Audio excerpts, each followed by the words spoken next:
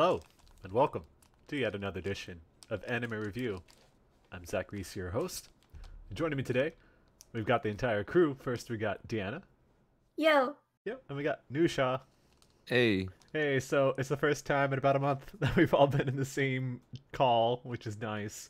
Of course, Nusha, you were out for a couple weeks, a couple episodes anyway, for your trip to Thailand, which we talked about last week. Deanna, you visited the equally as exciting location of Iowa, and now we are back together once again as part of the crew.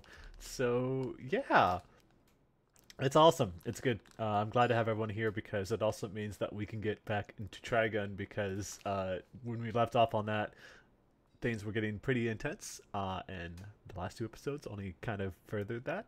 So I can't wait to talk about that with you both.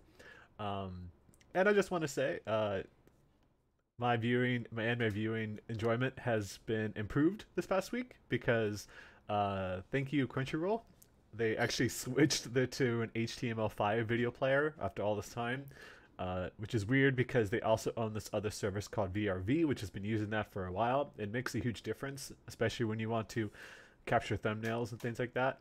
The only issue is that apparently it doesn't tell you what time you're going to skip ahead to if you try to move around the bar, you know? And it doesn't remove the mouse on the screen when the navigation menu disappears, which I hate that in any player. And there's no way to go to the next episode.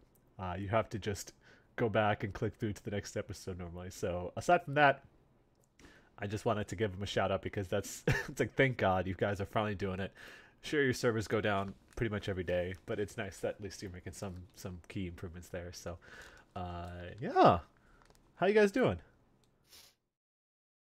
Danny, you start. Oh. As he sniffs in the microphone. I didn't sniff, did I? Yeah. I'm trying to mouth breathe. I'm sorry. What's up, Deanna? I'm good. I'm good. It was nice just to come back to work for only like 2 days. Oh, don't say that. No, you don't. No, for 2 days, and then Okay. now we have a 3-day weekend. So. Yes, I'm sure we're all gonna enjoy it. Do you guys have any plans for tomorrow? Just be super lazy like I am. Yeah, probably just eat a lot and be lazy and sleep a lot. Oh yes, that's my weekend in a nutshell. What about Well, I have relatives over, so you? I mean I'm home alone right now, so that's probably gonna be the only time I'm gonna be alone. I'm not big on the whole relatives are visiting because it means that Yeah. I just can't, do what I want. It's like, all right, we got to work around their schedule. If they want to go out, we have to go out. That's a bit of a pain, but I just hide in my room. yes, it's like my dad. My dad does that all the time. Even if it's his own relatives, he just goes and hides out until everyone's gone. He's like a kid that way. But yeah, all the best having to put up with that, and hopefully you can still enjoy your Labor Day weekend after all. Thank you.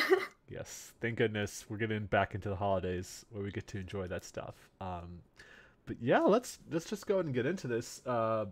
Since I'm sure you're dying to get back to your relatives when they're done with their lunch break. Oh no. Nope, not really. No, okay, all right, cool, cool. So on that note. Yeah, it's I put everyone's back the shows that we've been watching. I put them back on the screen for people who are watching the video. So yeah, we've got plenty to discuss. Deanna, of course, you were watching some shows that you were in here, of course, to talk about before. So it's a little bit of a catch up for a few of these different shows that we want to discuss. But fortunately, you've got Nusha to kind of back you up on most of those. I think I've got pretty much everything that you guys were seeing there, so hopefully I got that right. Does that check out? Looks fine on my end. Okay, cool. All right, good. Same. So yeah, on that note, like we do always, we like to kind of go through things in alphabetical order, so people can follow along that way. And so first up, we're going to start on a bit of a downer. Let's talk about Angels of Death. So, yeah. So I'll just kind of set things up at Nusha. We could discuss about this since we both watched this show. So Dr. Danny apparently is back. He wasn't actually killed. He had the oh so coincidental like body armor that protected him from a gigantic scythe. Like I don't know if that would protect you from a giant blade, but I guess so. He did mention he was still hurt, although he didn't elaborate. He was bleeding. So I don't know about you, Nusha, but Dr. Danny is a little too over the top for me to even consider him as a good character. He has the giant like forked tongue like a snake that is ridiculous. His obsession with eyeballs and his way of speaking, like I think he's one of the most comedic characters so far. The very cartoonish character, if you will. Yeah, he's definitely very exaggerated. You're supposed to look at him and think he's a creep and kind of look at him through Rachel's eyes. And yeah, his whole obsession with eyes is also really creepy. It doesn't help that he has like two pupils and one eye. Yeah, It's very offsetting and strange. But yeah, like you said, he's a very exaggerated character compared to the rest of the murderers. yeah. So let me set up the episode a little bit here. So and this was from the previous episode as well. So Dr. Danny comes across Zach as he's laying there injured. Tries to kill him, isn't successful in doing so, clearly. But the whole situation right now is that Rachel and Gray, the priest, have reached the first floor, which was Zach's floor when Rachel first encountered him, when she found out where she was at. There's this conversation that goes on where Gray even calls Zach kind of honest and pure, which is kind of silly. But I don't know how much deeper they're going to go into explaining how exactly he feels that way. Paul, he will. Um, I did think it was kind of nice that when Rachel was searching around Zach's room, she found out that Zach was teaching himself how to read and write while he was there by himself. So the thing, though, once they get back to the floor, the thing we saw coming several episodes ago is that Gray was going to turn on Rachel at some point and try to dispose of her because of her very selfish actions. You know, anything that was going on that she was trying to do, like me and you, Deanna, we talked about this. I discussed this in the previous episode that she was going down to the bottom floor and disposing of bodies pretty quickly without any care about their plight because she only cared about treating Zach. So what happened was that obviously Gray feels like that's not right. So there's once though that Gray leaves at some point when they're back on the floor and Rachel and Zach are back together, like in this picture that we're showing, we're getting back to some of those fairly light moments. Probably not. Relatively speaking, it's light. That their relationship between each other, their interactions are important in building the story up. At some point, though, Rachel mentions that she has a gun, and so Zach asks for it, and he tries to shoot Rachel with her gun. I did like the little bit of a detail. I don't know if anyone saw that. Is that he was looking at the chamber, like he cocked back the gun to look at the chamber to make sure that a round wasn't still in there, because he only pulled out the clip, but he also checked the chamber because obviously there could still be a bullet in there, and so his intention from the start is not to actually shoot her. I thought that was a nice touch. I don't know if you caught that, Nusha, but yeah, I actually didn't pay attention to that. I saw him unload the clip, but I didn't actually see the detail of him checking the chamber. yeah, because obviously, with the pistol that can happen.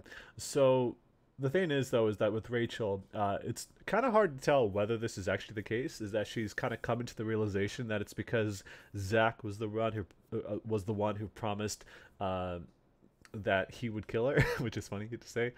His word was more important, and so you and I knew, Shaw, we talked about this before. It's like, why does it have to be Zach? Can anyone just kill her? It's because I think it's Zach that who he was the one that saved her life to begin with when Dr. Danny was trying to murder Rachel on his floor, and so there's clearly something deeper, something sentimental about that, because she obviously feels very guilty after Gray called her out on her bullshit, and so she's just trying to make up for that. I don't know if it could very well likely that she's kind of lying to herself about that and just pretending that she's guilty or trying to throw up a facade.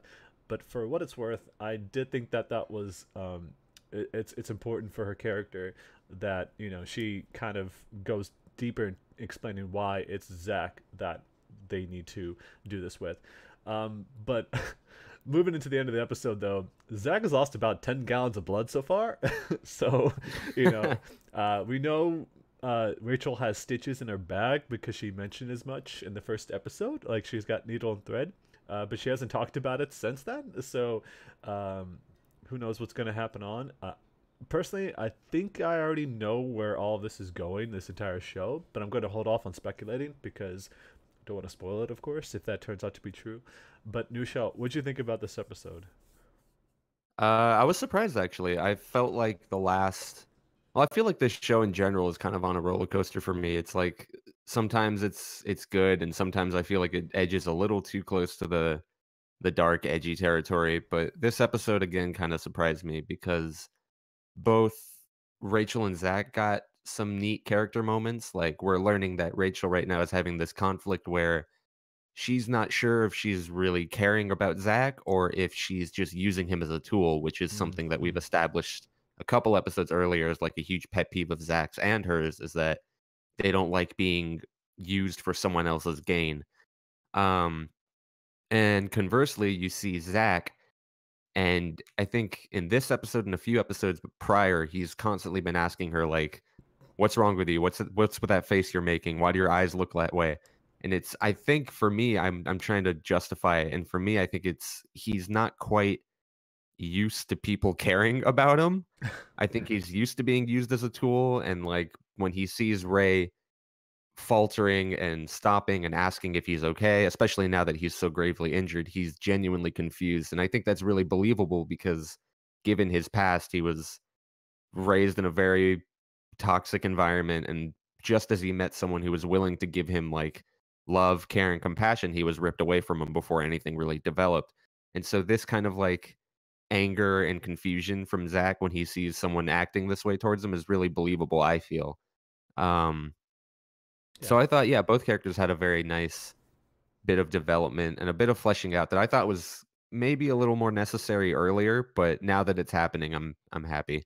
Yeah. And I wanna speculate, but I have an idea of what might happen, but I don't know if I should say it or not. No, I mean we've got a few more episodes left for this entire season, so I don't know if it's worth doing that. But I will mention that, it's what you talked about before about they don't like being used as tools, but they are technically using each other as tools to make their way through this tower. So Yeah. I wonder how it'll go. But yeah, let's move on though because while Angels of Death uh, continues to you know leave us questioning exactly what's going on here.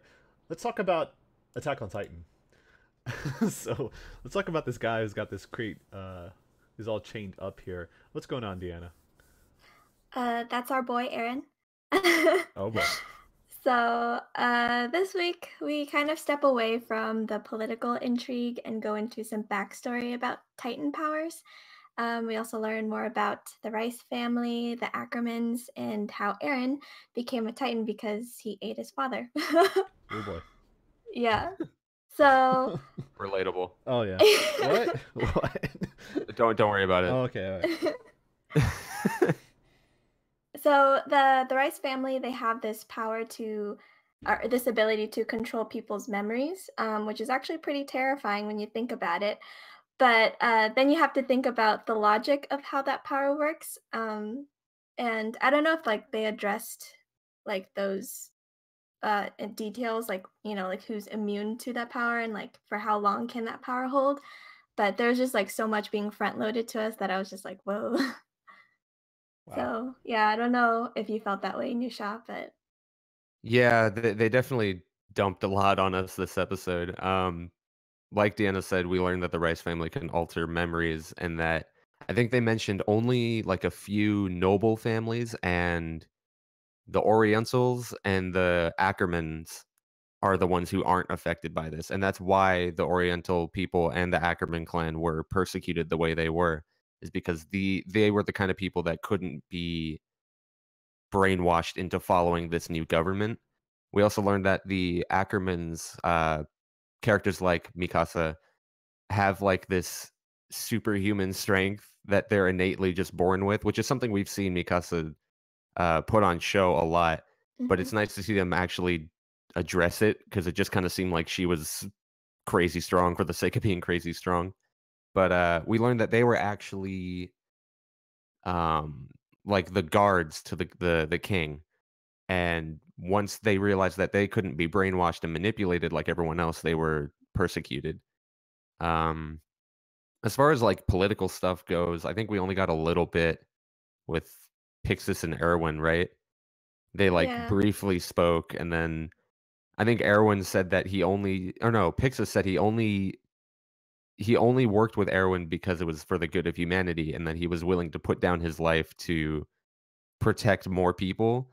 And I'm not so sure that's true anymore. I feel like there's been a lot of characters that say this all the time, and then when push comes to shove, they immediately chicken out. And I think self-preservation has kind of been a big theme for this series, especially with Erwin, this like godly man who everyone thought was this faultless character, also admitted a couple episodes ago that I only did what I did because it meant I would live.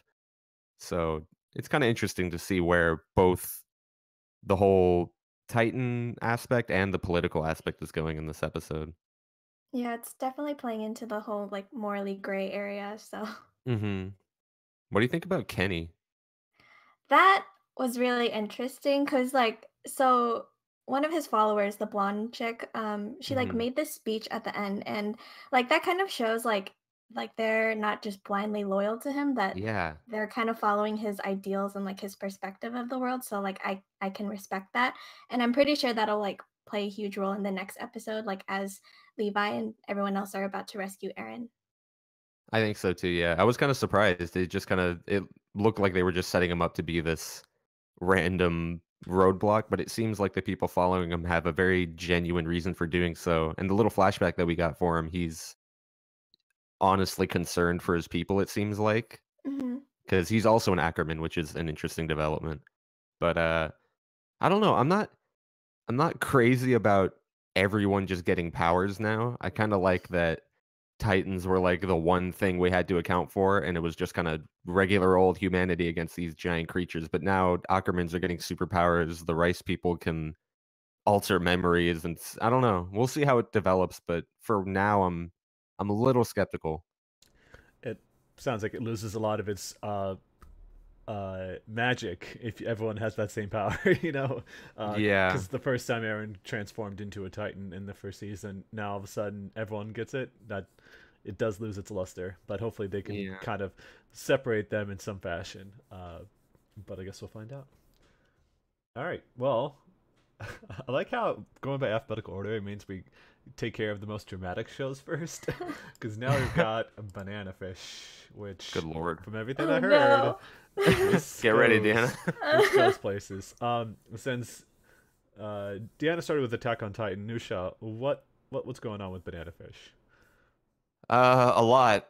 Um, So we learned in a few episodes ago that Shorter has been kind of playing both sides, not really because he wants to, but because he doesn't really know where to turn. He has his friends with Ash and AG and all them, but he's also got his gang, the Chinese crew, that has been doing wonders for his people in the area, but now he kind of sees how seedy and shady they're behaving. And so he was taken captive, and what happens in this episode is in order to break Ash, because that's kind of been Golzine's goal for the past, well, since the series started, since Ash really defected, it's been his goal to not kill him, but kind of, well, to kill him, but to first kind of take everything from him and to like break him emotionally before he finally takes his life. And so in this episode, they do that by actually testing Banana Fish on Shorter. Oh And boy, test yeah, subjects. Great. like I mentioned in the last episode, what Banana Fish does is it kind of heightens negative emotions like fear and anxiety and anger. And by doing that, it makes these people very susceptible to hypnosis or being manipulated or controlled. And so what they do is they convince Shorter that AG, the photographer, the journalist, is the source of all these negative emotions he's feeling. And so what they do is they chain up Ash and pretty much force him to watch as they give a knife to both AG and Shorter and just have them fight it out. Oh boy. Uh, of course, AG's just like this little Japanese kid, and so Shorter easily, overpowers them. And what they do is they toss a gun with a single bullet to Ash, unchain him, and then just as Shorter's about to deliver the final blow, Ash has to shoot Shorter and kill him. And So yeah, a lot has been happening. They're really not pumping the brakes. They really want us to feel for this character Ash. We've already seen him lose Skip, his brother, and now Shorter, which are the three closest people to him. And it seems like now all he really has is Max and Ag. And so I'm a little scared for Max right now. It seems like as soon as Ash develops relationships with people, they're immediately put into danger. So I'm interested to see how he feels about that. And also, Ag, we learned, has been feeling really guilty because Ash has been telling him that he's been holding him back. Of course, he tells him this because he just wants them to be safe and leave. But now, Ag arguably is one of the main reasons Shorter is now dead. And so I'm interested to see how his character takes this. If he's going to leave or if he gets this renewed sense of purpose to help Ash after he's seen how far Golzine can go. There's a lot of ways the story can go, but one thing for sure, it's not going to get lighter. This is definitely going to get darker, darker, darker until we just can't take it anymore like Ash. Oh gosh. Deanna, what did you think about this episode? It seems like this show continues to get very dark, very grim, which was kind of to be expected coming into it based on the material. But what'd you think? I felt like I was the one being tortured. Oh. There was just too much going on, like from Ag and Yue almost getting raped by Golzine to like obviously Shorter and the whole torture scene with him looking at Ag and then like developing this fear of him. It was so sad. And Shorter's such a good boy, like he did nothing wrong. I remember earlier in the week, Deanna came up and she's like, "Hey, have you watched Banana Fish?" And I was like, "No, not yet." And she's like, "Oh, it's really good." I'm like, "Oh, cool. I really like Shorter. I hope nothing happens to him." And her Really? eyes go fucking wide for a split second, and then she just looks away. And I'm like, "What was that look, Deanna?" Oh, I saw that on the Watch message the chat. episode. Yeah. And Yeah. damn, you weren't wrong to make that face.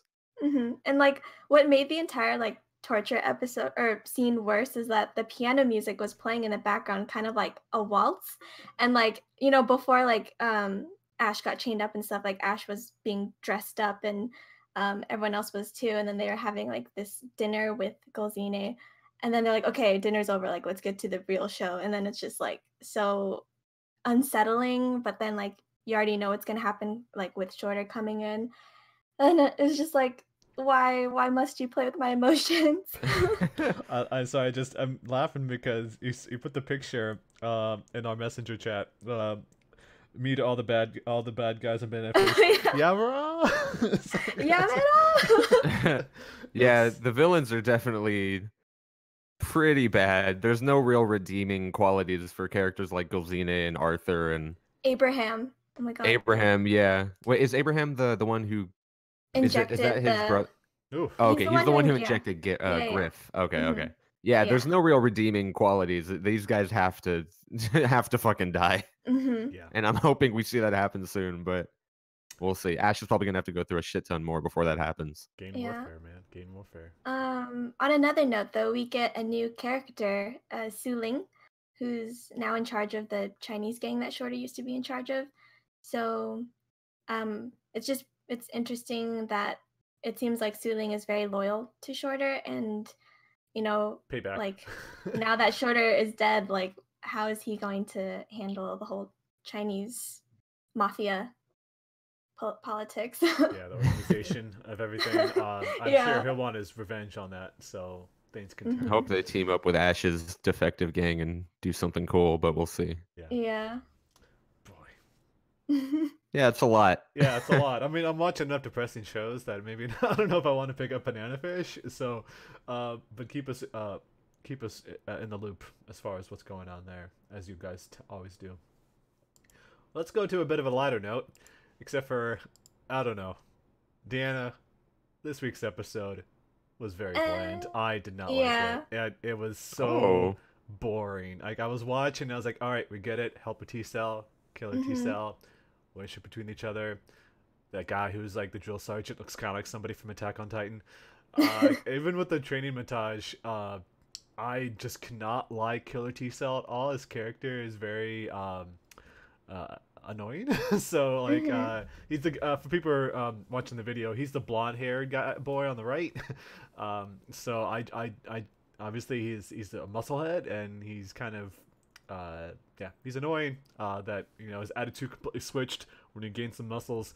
Um, and whatever the test is that determined if they would become a T cell or not, or I don't know, get killed. I don't know what happens to the people that lose. I guess they die, and or get erased. But it looked like the easiest test because all they did was like come up really close. And they have like a minute or two to decide whether it's a virus or not. And I was like, how can you not figure this out unless you like have the IQ of an infant? Although I don't know how that's determined with cells, but in any case, I'm surprised everyone didn't pass in that. And yeah, just this episode was a real throwaway. I did not care at all about What this. was so bland about it? I'm interested because you Nothing guys happened. have like, sung his praises. Nothing happened. Like I think these two characters are probably one of the two like least interesting. And so they didn't show red blood cell or white blood cell at all. If they did, they were just around with the platelets, and that was about it. But they barely showed the platelets, which is a bummer. Continues to be, but the people that have that are the most interesting, that have the most charisma, that have the interesting backstory, they were not shown at all. And so you've got like these two side characters. Like I said, it was just boring.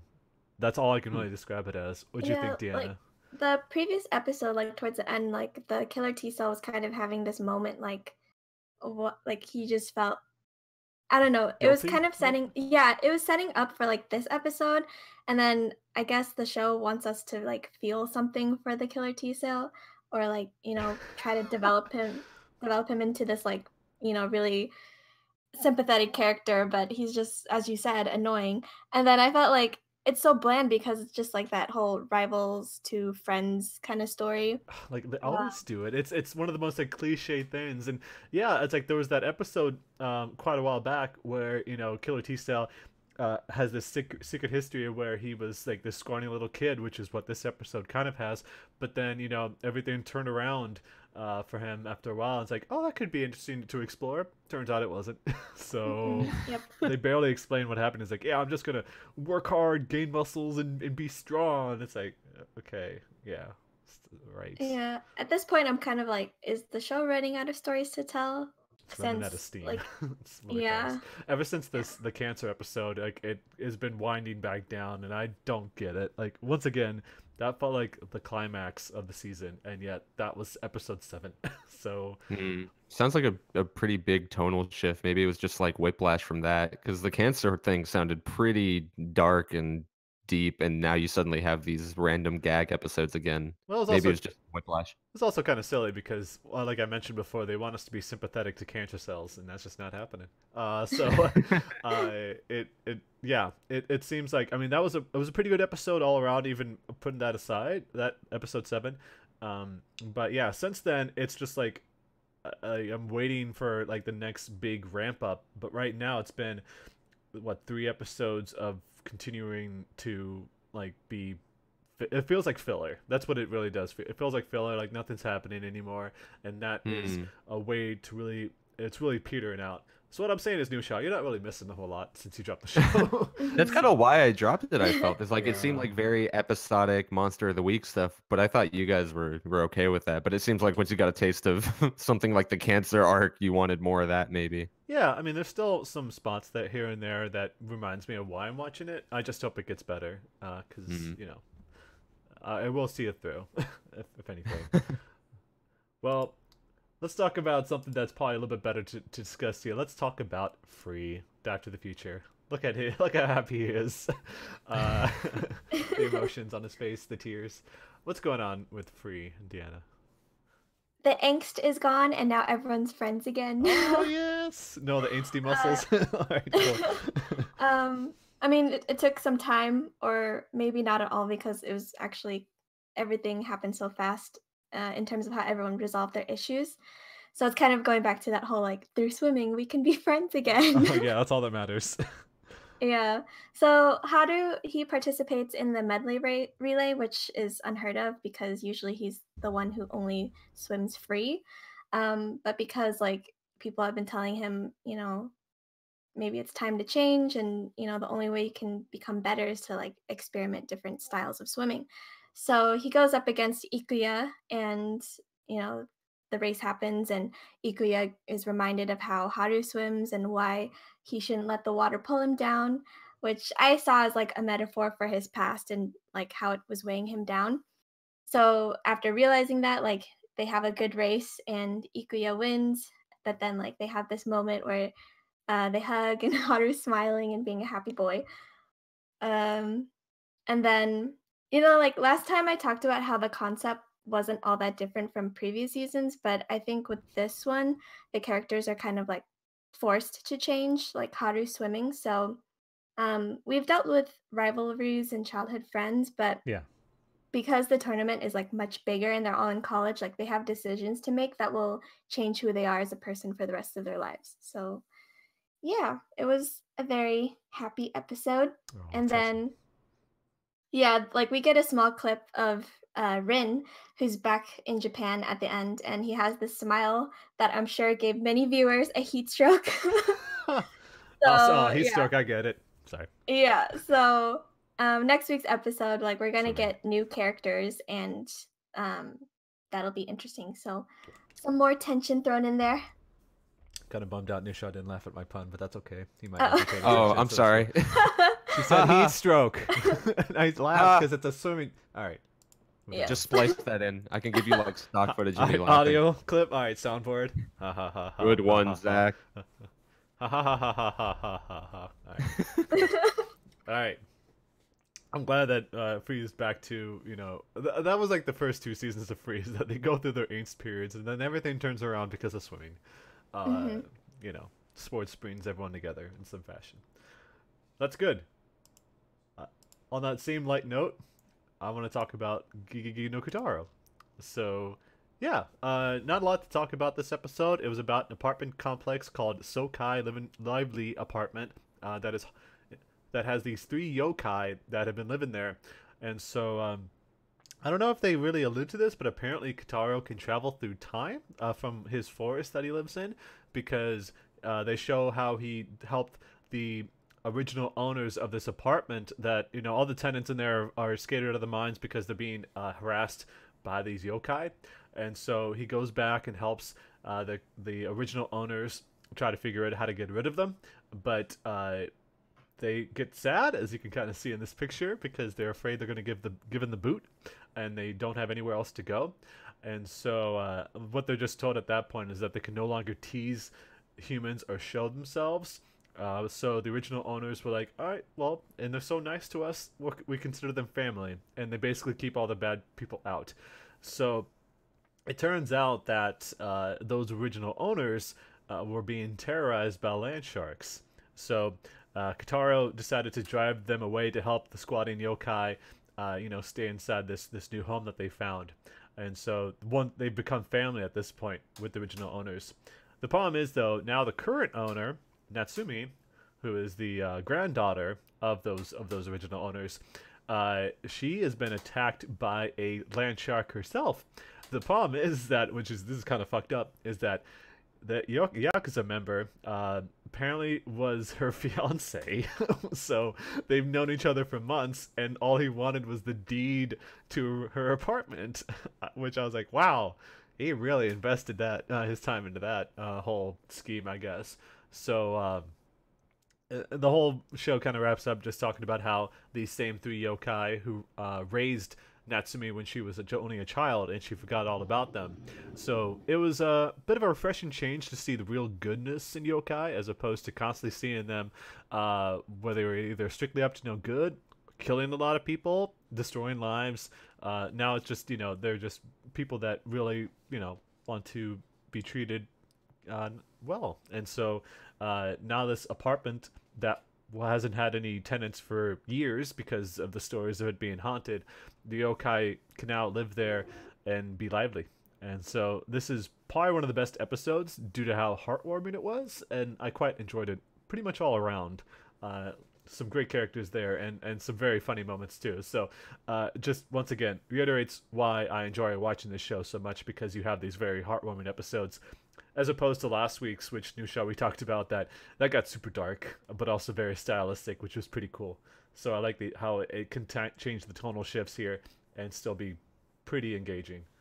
So I loved it. let's move into another long-running series, though. We've got Gintama Silver Soul 2.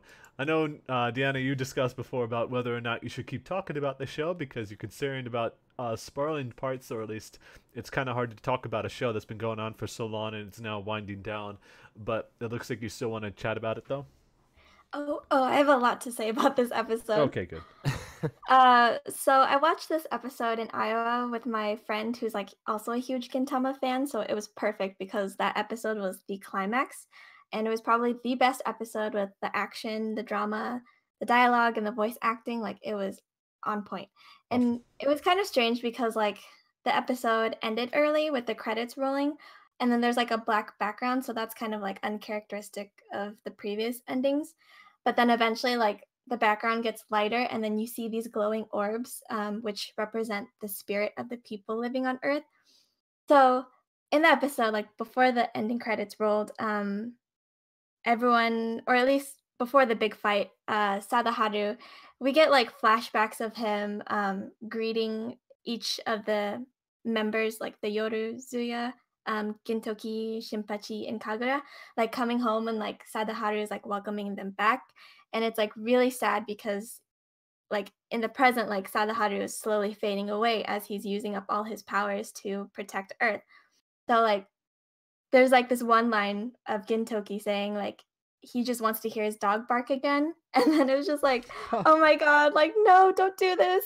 So that was really sad. And then eventually Sadaharu does disappear, but then everyone on Earth kind of like gathers together and like uses their sort of spirit or essence to like help the Earth, or at least uh help everyone else hold back Utsuru, who's like the big villain.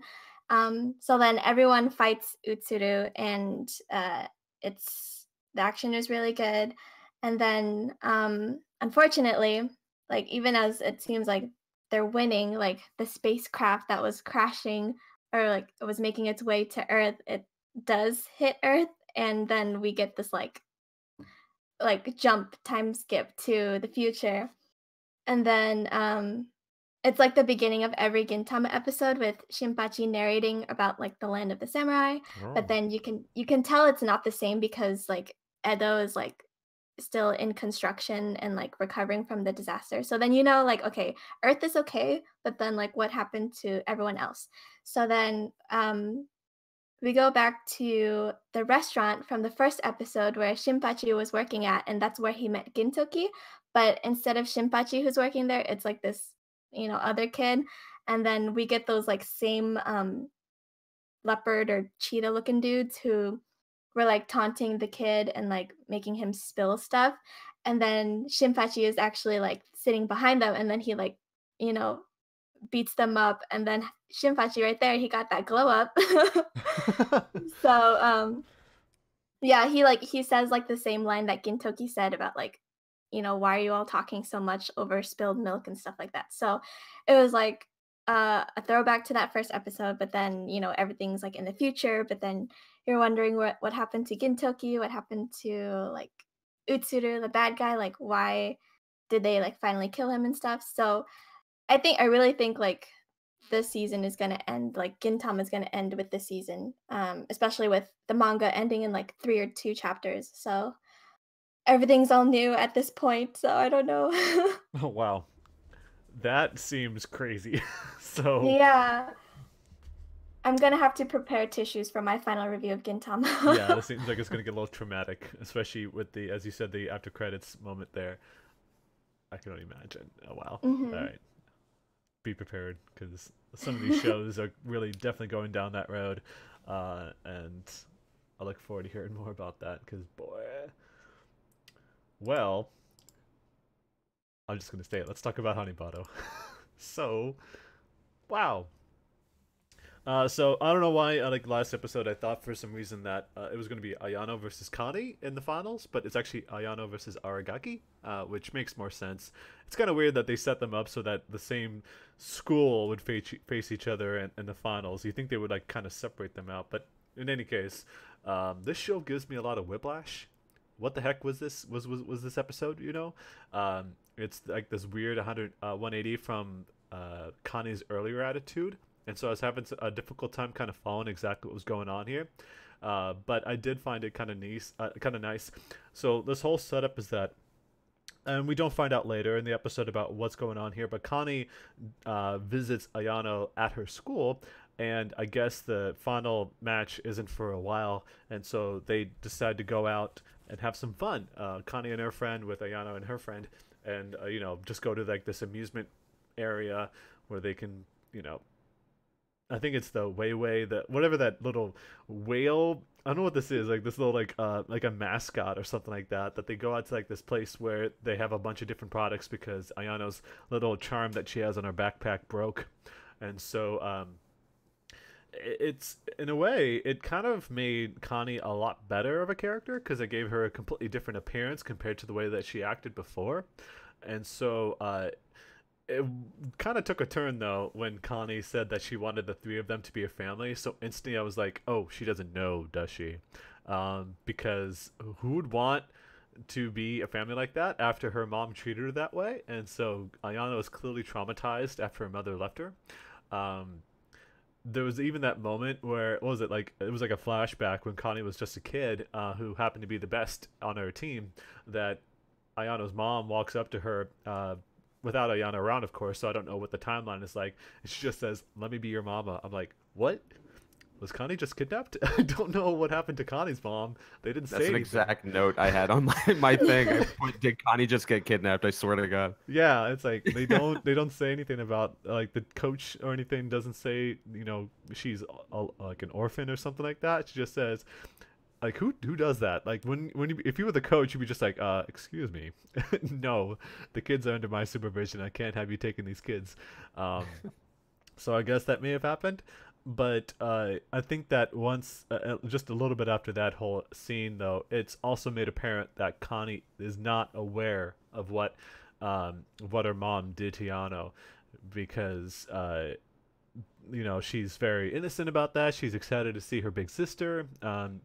Clearly, it sounds like she's been adopted into this family, apparently. And so there's a lot of questions regarding that. And there was one hell of a cliffhanger where Ayano comes home to see her grandparents, and her mom happens to be there. So I was trying to think about a little bit about exactly what was going on here, like what kind of explanation there could be.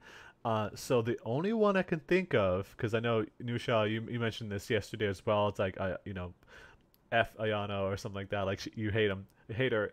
But like the only explanation I can think of is that the mom left because she thought she was a terrible influence on Ayano, working herself to the point of getting sick.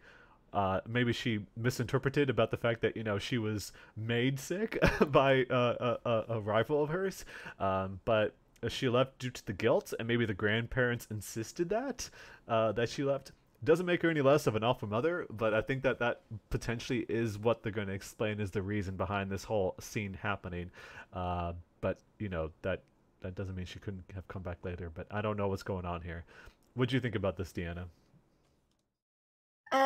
Just in general, or about the mom leaving? Let's talk a little, briefly about the show, but yes, also about what's gonna go next episode. What's gonna go on? Yeah, I wasn't sold on Connie's whole let's be family kind of thing, because it just felt like so fake 180 of her personality. Like in previous episodes, we've just been seeing her provoking Ayano and showcasing poor sportsmanship. So it's kind of like suddenly she has this cute side where she wants to be a family with Ayano. She said she didn't want Ayano to be on a team. She's gonna destroy her team or whatever so she can be alone. Yeah, so huh? So yeah. And then also has Ayana always acted like a little girl? That kind of annoyed me because I know she doesn't like Connie, but then suddenly she has this facade where it's let's hang out at Weiwei or whatever and all that stuff. And I don't know, it irked me a little. there was a little bit of that when she was first being dragged into joining the badminton team in the early episodes. She's like, oh, why do I have to? I don't want to play. There's that innocence about her, but I think that it sounds like she is beyond the point where she knows how to act like a child, and so she maybe turns it up a little too much because of that. But I don't know. I'm just speculating about that. What about you, Nusha? Yeah, I had good thoughts about this episode the moment it started because it started with a god tier JoJo reference, so I was happy. But Connie, the way they've been handling Connie has been kind of weird. Like I remember I mentioned the first time she showed up, I didn't really believe the 180 she made. She like lost the game and then suddenly she was willing to open up to her team and be a team player when they worked so hard to make her this individual, more antagonistic force. But in this episode, they I don't know, I kind of see her as what Ayano was supposed to become before she had that traumatic game with Connie. Because now we see Connie is the one who's making friends and making this family outside of the one that she was born into. She's a lot more friendly with her team. She's willing to go out and like mend the bridge with Ayano. And it's I don't know, it's strange. Like I like what they're doing with her character, but I just wish it had a little more padding. Like they could have done a little more to make it believable. But now that we're here, I guess, and this is just the way her character is, I'm interested to see how she plays off Ayano because Connie's very much the kind of person she's mentioned in like the episode she showed up in that she's the kind of person that plays for acknowledgement. Yeah. She even mentions that if Mama doesn't acknowledge me, then why would I even play this game? Ayano, on the other hand, is kind of playing more aggressively, and you kind of see how she's using this game that she's naturally talented in to bully people now. Yeah. And it kind of seems like it's interesting because Ayano's been set up as this main character, but we're seeing all this interesting and really heartwarming developments for all these characters around her.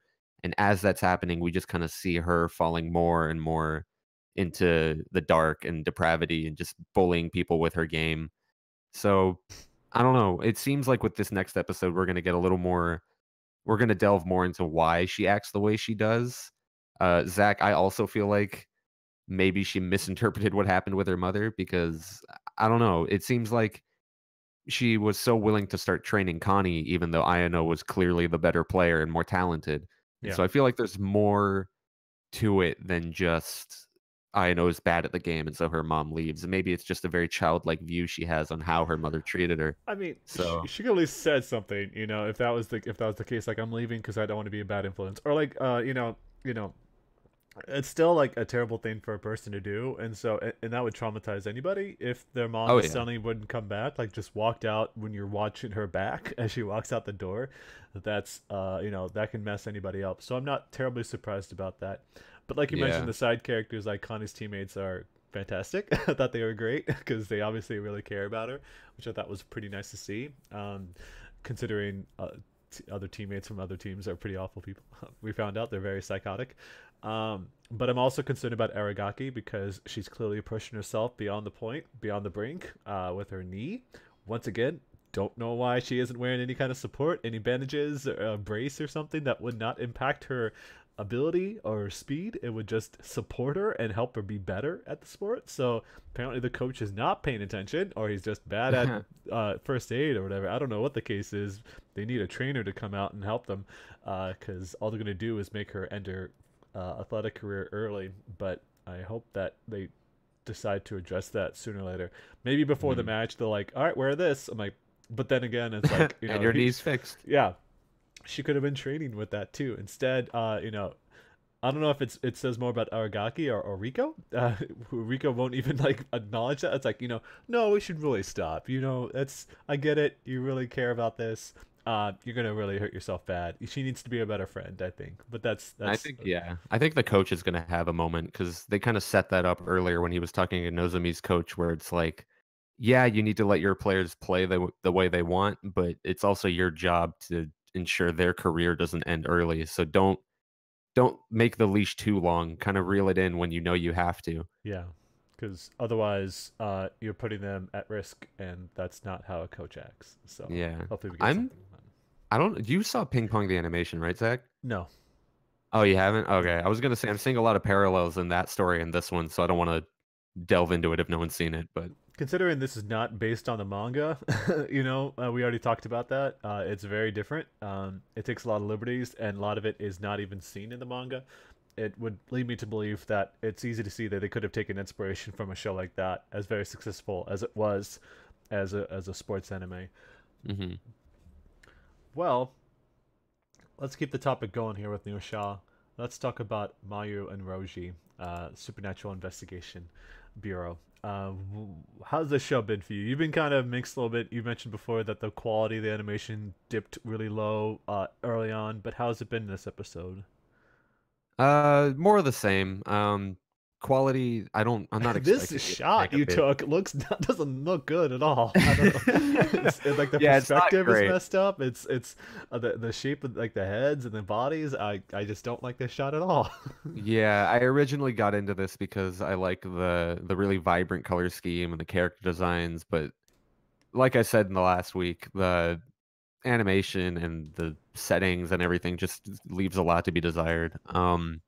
As far as plot goes, we delve more into these three students. Muhyo, who's like the prodigy, the one that we follow as the main character, his friend Yoichi, and then Enchu, the one that we know defects from this society after his mother dies. Um, and so we established that these three were very, very close friends. Enshu was more the type who wasn't naturally talented, but he really busted his ass to study and become an executor because this is the money he needed money to treat his mother who was dying of illness. Um, on the other hand, we have Muhyo, who's just naturally talented, and they make it a rule to show that he doesn't really study at all. He puts very little effort. Um, and of course, what ends up happening is Enshu's mother ends up dying. Muhyo ends up becoming the executor because only one of them can pass this test and become it. And that's what leads Enshu to feel that this whole system is kind of messed up, and then he defects.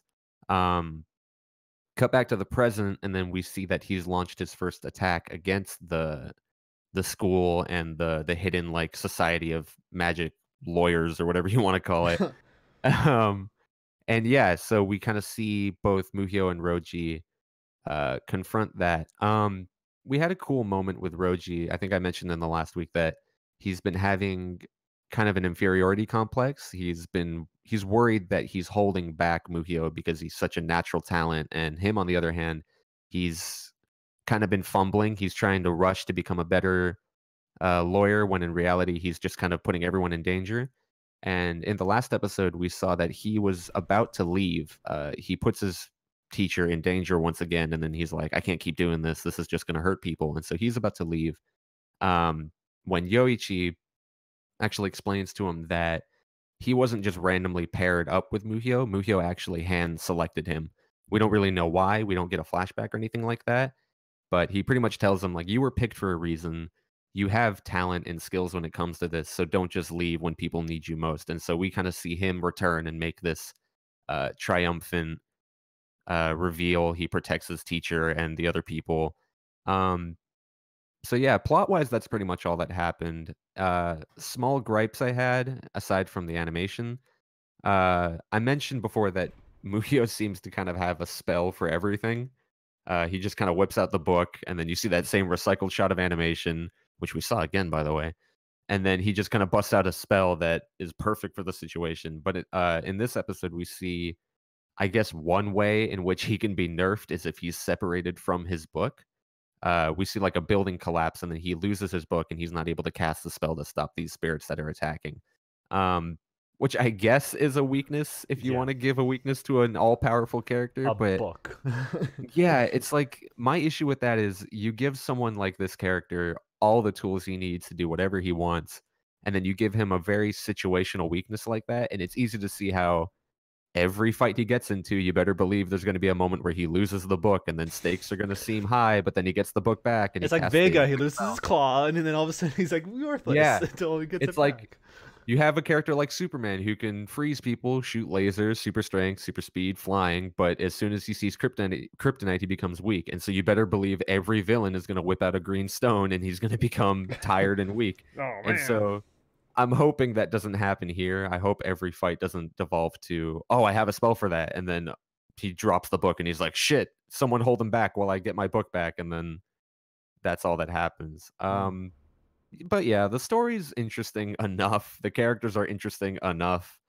I just wish the production wasn't holding it back so much. I'm almost considering dropping it in favor of the manga, but we'll see. Hopefully it picks up, but I'm not really holding my breath. That's why you can switch to GeGeGe no Kitaro instead. Yeah, I was gonna say this seems like GeGeGe no Kitaro light. Like we'll see if Yeah. it keeps up. Yeah, clearly that show Kitaro has a way higher budget. But I haven't seen Mio and Roji, so I can't speak for it. But it sounds like you're already having a mixed experience, only a few episodes in, so kind of says a lot about that. But let us know how that goes. Well, we're gonna skip over My Hero Academia just for a bit here, as we always wait for it to be at the end. We still got plenty of shows to talk about, though. So let's, Nusha, we can continue with you though. Talk about Planet With. Yeah, okay, this series has definitely been one that I've been keeping an eye on. It's had its faults, but it's still been one of my favorites for a bunch of reasons. I guess delving into plot real quick, I mentioned before that the Ceiling faction is back on Earth. They want to stop humankind's evolution because they're set on a course to develop these psychic powers that they've seen other planets abuse to conquer other planets and just become a very negative influence in the galaxy. And so, what happens here is the episode kind of focuses on one of the paladins from the very beginning who left the group when she realized that her leader was trying to take over the world with these psychic powers they developed. Um, and we kind of get a bit of a flashback scene for her, like a bit of a backstory. And in it, it's a very quick flashback. We established that she was a police officer and that she had this superior that she was very uh she admired. And so what happens is one day they're confronted by this child who has this gun, and the superior tries to talk the kid down, but before anything can happen, the kid unfortunately shoots her superior and he dies. Ooh.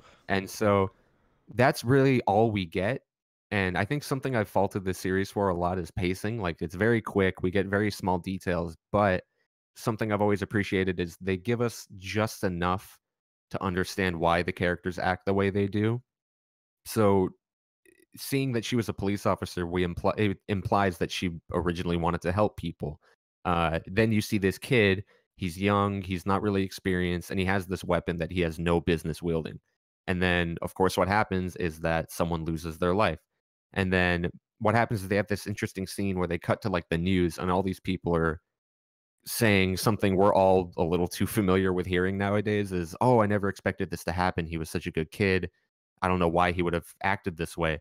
And then now we're told that this is pretty much happening on the grand scale. Humankind they're all developing psychic powers now. Mm. And in her eyes, everyone's kind of like that kid. We're not at the point where we should be wielding such a dangerous weapon, and we don't know what we're planning on doing with it once we actually learn how to use it. Maybe we're just not experienced enough. So it's easy to see why she makes that jump into joining the Ceiling faction, like why she wants to stop mankind from evolving and developing these powers that really could only cause harm and destruction based on what she's seen, both in that kid and her leader that she's worked with in the beginning of the episode. Um, Aside from that, Torai, who is this one of the first characters we saw as an antagonist, he was one of the mech wielders who our main character fought.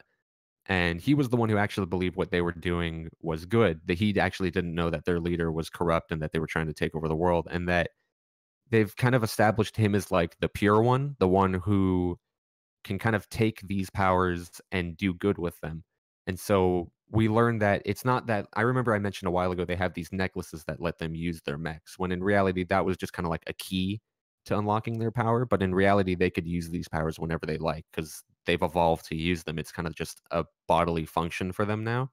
And so we see him go up against Benica, the paladin who defected and who had that flashback scene earlier, instead of our protagonist, which is interesting because he sees what's happening to Earth. But as far as he's concerned, uh, he's beaten the dragon. He's avenged his planet. There's no real reason for him to be putting his neck out there for this planet that's not really his home. And so we see this other character take the mantle of like the protagonist and become the kind of human that the pacifist faction believes in, the kind that can embrace peace and love over just power, war, and conquering. And he has this interesting fight with Benica. And in it, it's kind of interesting. He mentions a couple times that she held back, and that in the beginning, she actually hints him to the fact that he doesn't need that necklace to use his mech. And it was almost like she was setting the traps for her inevitable defeat. Like she almost didn't want to win. She kind of deep down in the recesses of her mind believed in mankind's potential to use these weapons for good. And so that was an interesting little development. And that was the big like crux of this episode. And then as the episode ends, we learn, of course, that the dragon isn't dead. The dragon's still alive. He's imprisoned on the dark side of the moon. And that'll surely spur our protagonist back into action, because right now he's kind of been playing a secondary role because he doesn't really care what happens to Earth. But we'll see him probably take more of a controlling influence in the next episode. Boy, yeah, that's swinging from Mio and Roji to Planet Earth.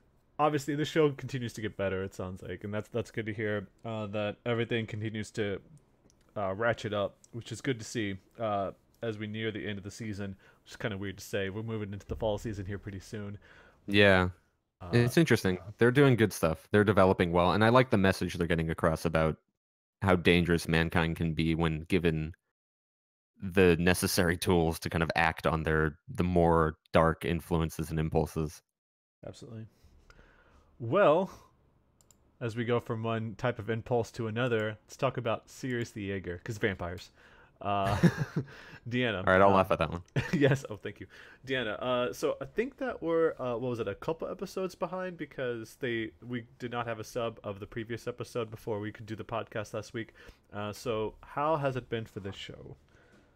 Yeah, so we have 2 episodes to cover this week, not 3.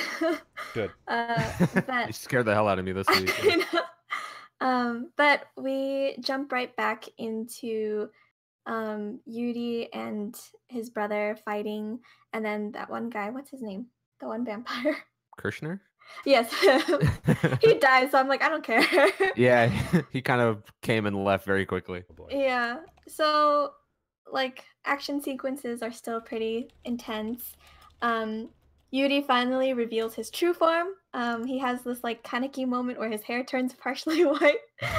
But then I want so like that scene where the professor was like he opens his arms and he's like come, and then Yuri like immediately jumps him. Like I wonder if someone made a gif of that because that was so funny to me. I mentioned Give Daddy a hug. Yeah, but I'm not convinced with Yuri's and the professor's father-son relationship. I feel like we didn't get enough backstory of those 10 years that Yuri spent with him to make his decision to not kill the professor like more heartfelt. So it kind of felt underwhelming that this man helped the vampires find Yuri's village and then get everyone killed, but then like one night you're like, okay, I forgive you as long as you tell me about the arc. So I don't know if you felt that the same way about that new show. I agree. It could have used a little more padding.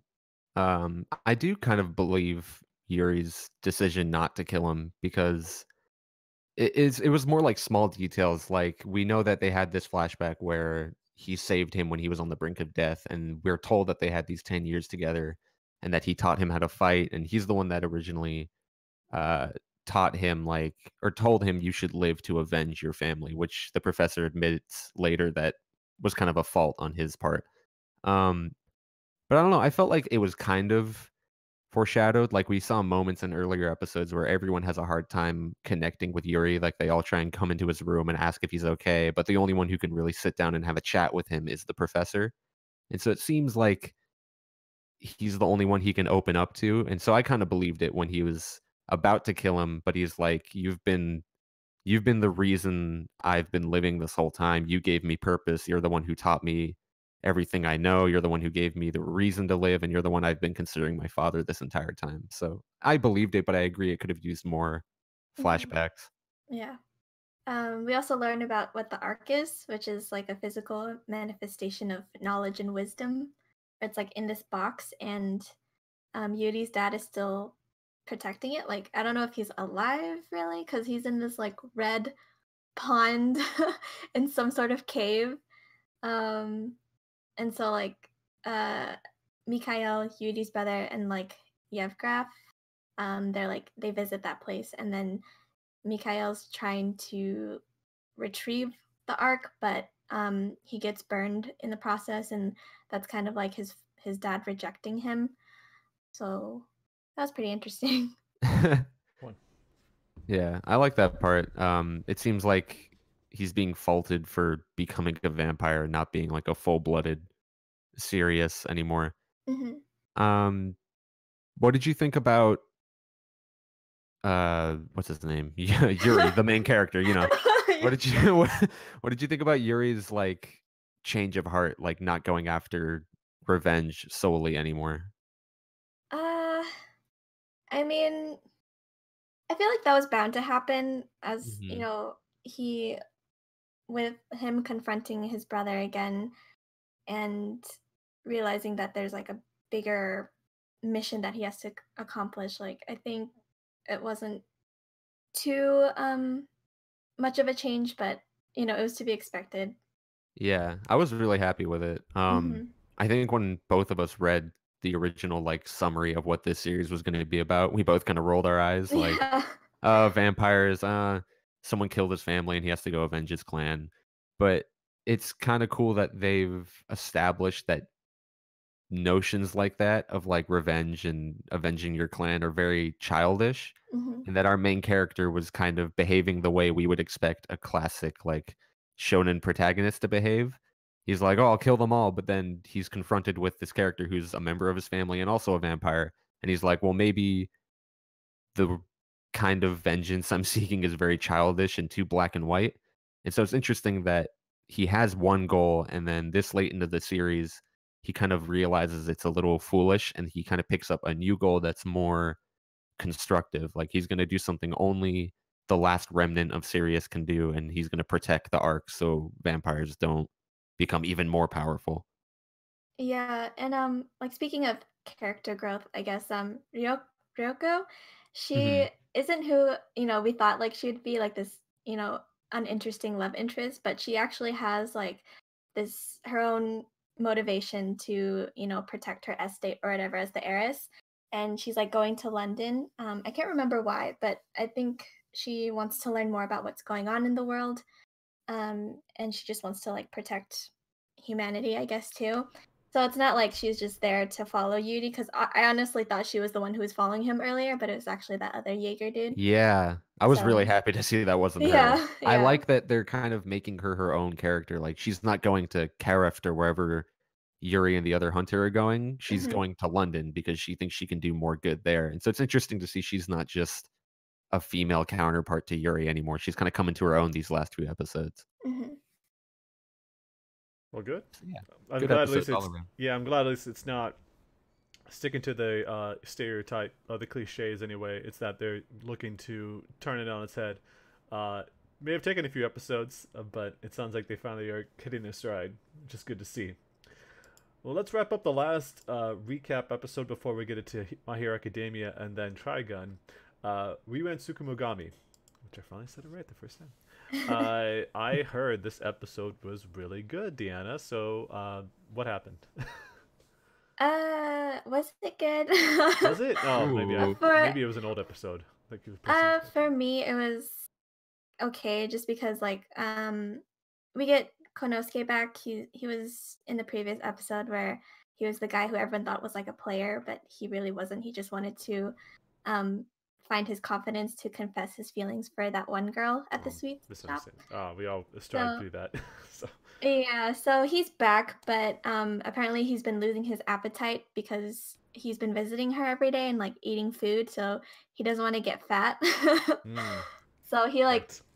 he kind of, has this he loses his balance like crossing the bridge, and like Seiji sees him, and then he falls over the bridge and loses his seal case, which is this Gumogami that we met previously who was going into this brawl with another Tsumogami. So this whole scenario is just like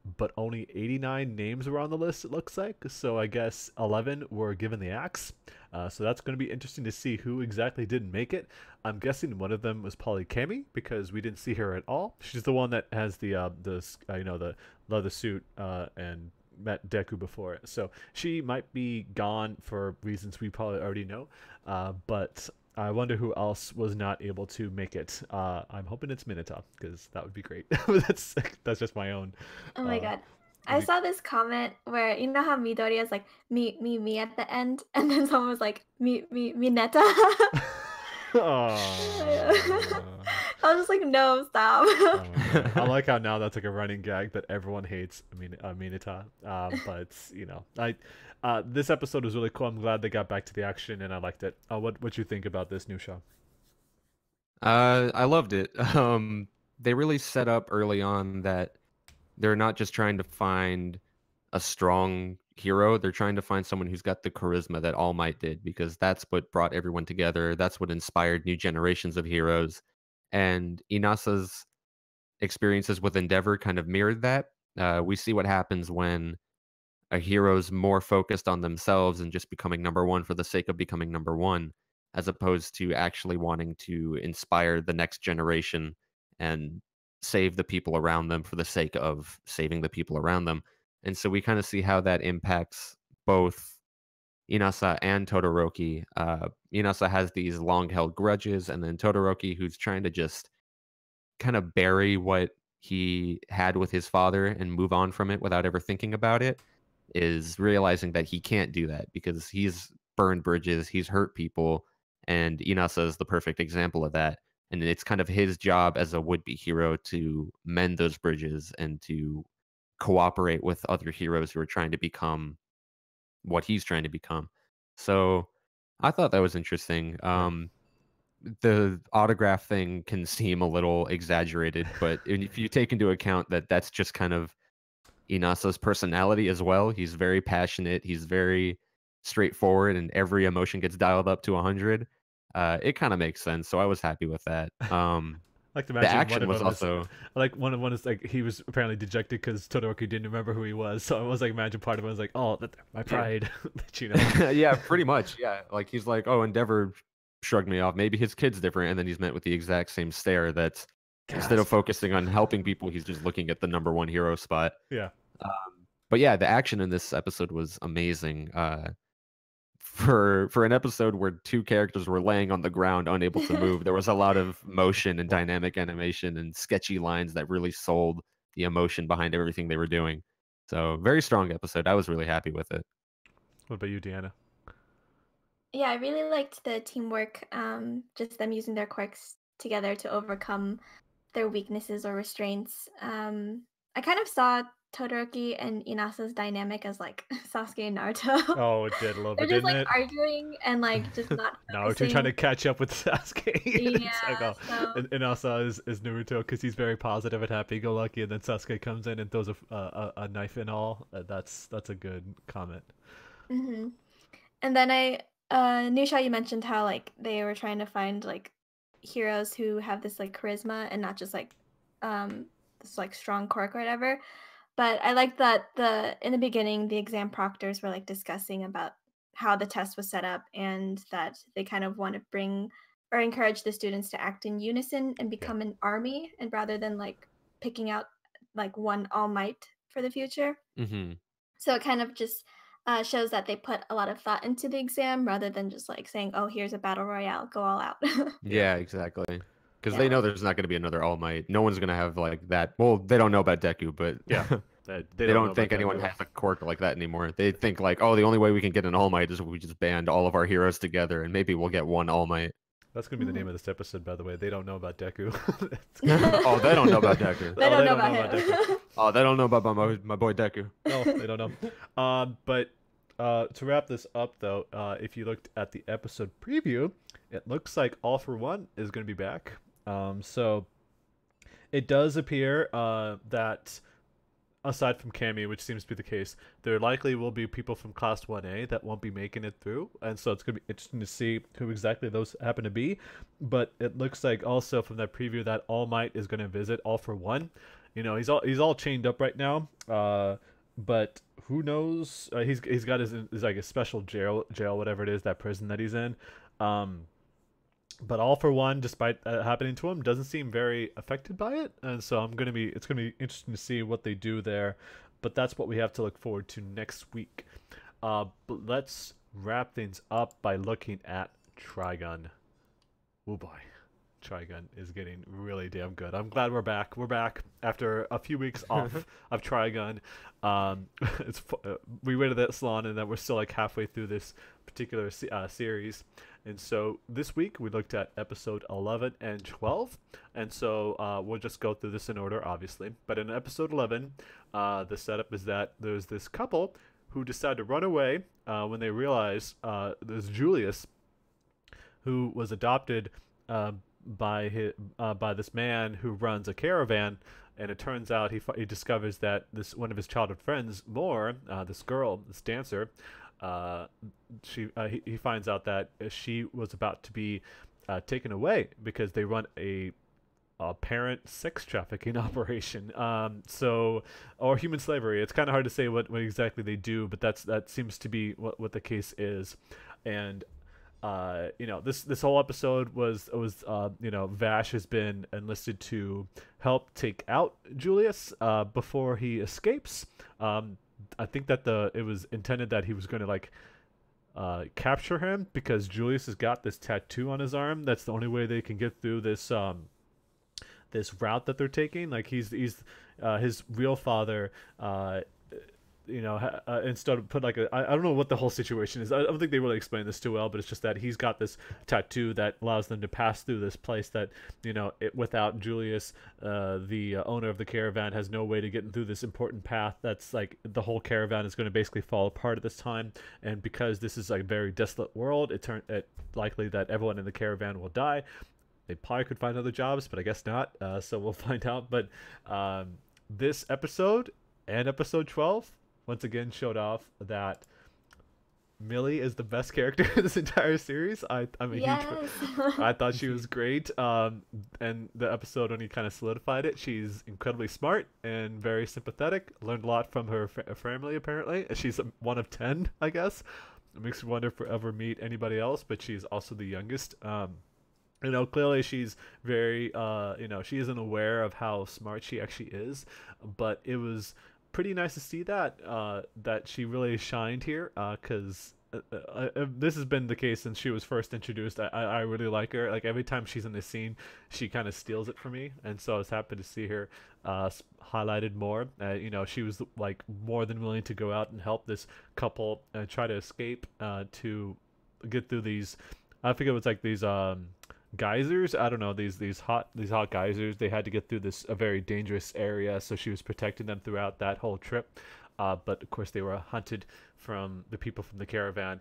So, and it was also, episode 11 was nice to see that it was nice to see a father figure that actually cared about their child rather than want his actual murder. So like they set up this whole this trick that the father was going to help Julius and Moore get away, despite the fact that he was the only way he could get through this important path, and send him a bunch of money along the way too.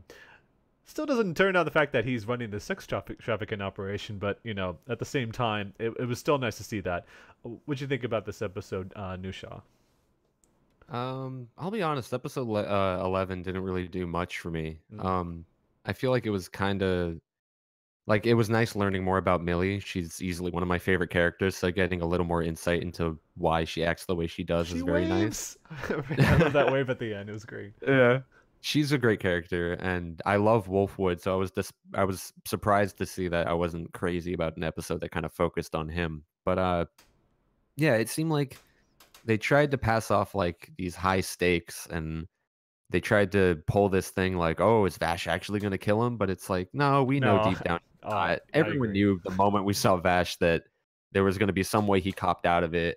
But they tried to play it off like maybe they convinced their audience that maybe Vash has turned, and it's like, I don't know, I didn't see it. And then, like you said, the dad's still running the sex trafficking at the end of it, and like, Wolfwood at the end is like, wow, I guess that was a different way we could have solved the problem. I didn't know that. But it's like, You without the should probably boy, take that isn't down. You should probably get yeah, rid of no, it's that. like without the boy, isn't the caravan also going to go down and people are going to die, which is what he protested in the beginning? Is like, I I don't know. So I was a little iffy on it, but I like what they did with Millie, and I always like seeing Wolfwood being a badass. So I guess they're implying that the owner of the caravan, is going to find something else to do. Maybe the sex trafficking shit. I don't know. It's like I do agree though that very few people came out of this looking good, and Millie was definitely one of them, though. At least.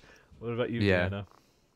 Yeah, I agree. Episode 11 wasn't as fascinating as the episode 12, but Oh hell no, definitely not. I mean, we're going to talk about 12 it. made up for that in like 7 yeah, other episodes, but Yeah. yeah. I would point out that it was nice to see Wolfwood kind of like acknowledging how Millie and Vash are affecting him. Like their need to help others, even though like those people are strangers to them. So I really like that. Yeah. It's the It's the ship though, Wolfwood and Millie apparently, because they had a child on the way. I guess so. That was a pretty great spot too. But yeah, let's talk about episode 12. Wow. oof. So episode 12 is titled Diablo, which is appropriate, and so we finally get to meet Legato Blue Summers, who is this character that I've seen before. I've not seen the show like we mentioned before when we started watching this, but like I heard a lot about him, that he's one of the best villains in the anime from this era. So it's it was pretty crazy to see him. And clearly there's like they got like this telepathic powers that they can Legato and Bash can talk to each other. Um, through those psychic means. Like I don't know if they're going to explain that further. I imagine it's once again old technology, like the walkie-talkies that they had, but we'll find out in some fashion. So we only see a brief glimpse of him, and I don't know if this was like an illusion or it actually happened, but he just straight up like took this child and almost crushed her head, and she was still happy that she had a hot dog. I don't know what was happening in That that. was terrifying. It was very scary, and it just goes to show how dangerous this man is. And I liked how when he first appeared, like everything turned red. It's like, oh yeah, he's a very scary guy. Like you don't see that too much in anime. It's like maybe there's like a very serious moment, but instantly, like this is not a guy you want to mess with, and I like that a lot. And I guess later on, we meet this mysterious man who's covered in like this battle suit and this helmet, and this this transparent helmet, who's been chasing after Vash for the last 20 years, which would kind of line it up with when this whole when Vash was first found and became the person that he is, Vash's Stampede. So this is also the first time we really see like this widespread killing, this murder spree of a large part of the townspeople in this place. Men, women, and children all get killed by this crazy man, who apparently is also very sensitive. Because at the halfway through the episode, we get a look at Vash's dangerous side, because he is not playing around anymore. And that man I was talking about, who was in the battle suit, ends up calling Vash like a Diablo. So what I can sum it up is that the ending to episode 12 sent chills down my spine, because especially with the music, like there was that the woman that was singing, it was very powerful, but at the same time, like he's this close to killing this man because he took out this town, but he once again has a flashback to the woman that he made a promise to not kill anybody, and so to kind of keep grasp on the last shred of humanity that he has to completely change. He doesn't want to go he doesn't want to go a step too far. But of course, the Gato is wait there, waiting, and we'll likely see it from then on. And from everything I've heard, from here on, it's going to get very dark. And so I'm looking forward to it. What'd you think about this, Deanna? Yeah, I feel like it's gonna be difficult to see the silly side of Vash again after going through such a horror. Like his past came back and it continues to haunt him. So yeah, it's just tension, action, drama, like all of that peaked this episode, and Vash finally meets someone who's like a real enemy and like a real threat to him. Yes. Oh Um, yeah. and then we saw his left arm turn into that really cool like gun with its own handle, like own. So that was really cool. A robot But hand? then Yeah. yeah, and then like the way he cradles it though after refusing to kill the guy, like it felt like because that's when he had the flash or that moment with Rem. Yeah. So it seems like it's alluding to that arm of his is like a remnant of Rem. Oh. Boo. Okay, I'll leave. So I kicked you out of the call. Anyway, move.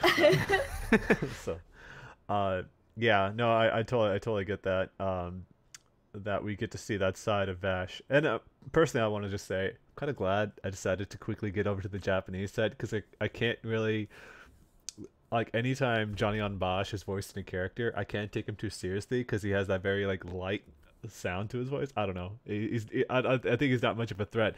The Japanese voice acting though has been very top notch. Everybody in this episode, Legato, Vash, even Millie, how how sad she was. Even in episode 11, Millie, when she got really sad, it's like it made me sad thinking about like this very key moment here. So just want to give props to the voice acting performances here. What about you, Nusha? What did you think about episode 12? Surprise, surprise! I loved it. Yeah, there were a few episodes in this series that I thought, oh, this is like the turning point. This is when shit starts getting serious. Like Yeah. when we got hits about old technology and stuff like that. But this episode, like, there's no turning back from this episode. Legato's introduction was one of the strongest villain intros I've seen in a really long time. Everything from like the music to him suddenly just establishing that they have these telekinetic or not telekinetic, but telepathic powers. Him like infusing that instant shot of him like torturing the kid into Vash's head. We've also never seen Vash make expressions like he did when he turned around to look at Legato. Like everything about this character has been set up to establish him as like the first real threat. Yeah, like you guys mentioned, we also learned that Rem, I'm pretty sure we speculated this before, is the reason why Vash doesn't kill. Uh, she believes everyone has a blank ticket to the future. Anyone can do anything, so it's not really your place to take a life, which is kind of understandable. The reaction he has after he sees that guy in the full battle suit take down like an entire town. And we also kind of see Vash regress a little bit. In the beginning, he was kind of a loner. He didn't really want to talk or interact with anyone. He put on this facade. But then slowly he started to make connections with people like Meryl, Millie, and Wolfwood. But now he's had another traumatic experience where a lot of people have lost their lives just because he was in the town. And we see Meryl try and come and console him, and immediately he tells her to stay away. And so it's easy to see how he can regress back to what he was like, maybe even worse than he was in the first episode, because now he's wearing his emotions on his sleeve. We saw that demonic look he gave our villain in this episode, and yeah, this is definitely the real turning point. I don't see how we're going to go back to light moments after this one. So I'm hoping we're going to get a lot more info dumps on like the background, what happened in his past, and I'm sure I'm not going to be disappointed. Yeah, no doubt. I mean, that's we're in the midst of like the middle of the season, and that's the key time frame to be doing this kind of thing. And so, yeah, just very powerful episode all around. Every from the start to the finish, it's like there's very important moments. I wonder if we'll hear any more about that battle armor dude, but probably not. I think it's just that he's just one of the other dangerous folks, and it seems like Legato sicked him on Vash, like he told him where he was, and started this whole tragic moment that clearly Legato was trying to make Vash change back to his former self instead of keeping up this very happy-go-lucky facade all these years. So it's clear that he's trying to terrorize him. So we'll have to find out next episode how it goes. But yeah, on that note, on that very happy note, let's wrap up this episode of Anime Review. Can you believe we've been doing this for almost 2 months now? We started at the beginning of... Actually, we have. It's actually right now, like a day before now. July 1st was when we began. We've been going at this for a bit now. So it's a very exciting period, though. We've got a few more episodes, and then we'll be talking about what we can look forward to for the fall season. Get into that later on, but we still got some great shows left to wrap up here pretty soon. I should mention High Score Girl did not have a translated episode in time for us to be doing this, so likely next week we'll be catching up on episode 8 and 9 if they're both ready. If not, just at least 8. So we'll talk about that then, and I hope so because that show is getting really good. It's kind of a bummer, but what can you do? But yeah, once again, thank you, Nusha and Deanna, being a part of this episode, and everyone out there, thank you for listening, and catch us next week for yet another episode of Anime Review. Bye, everyone.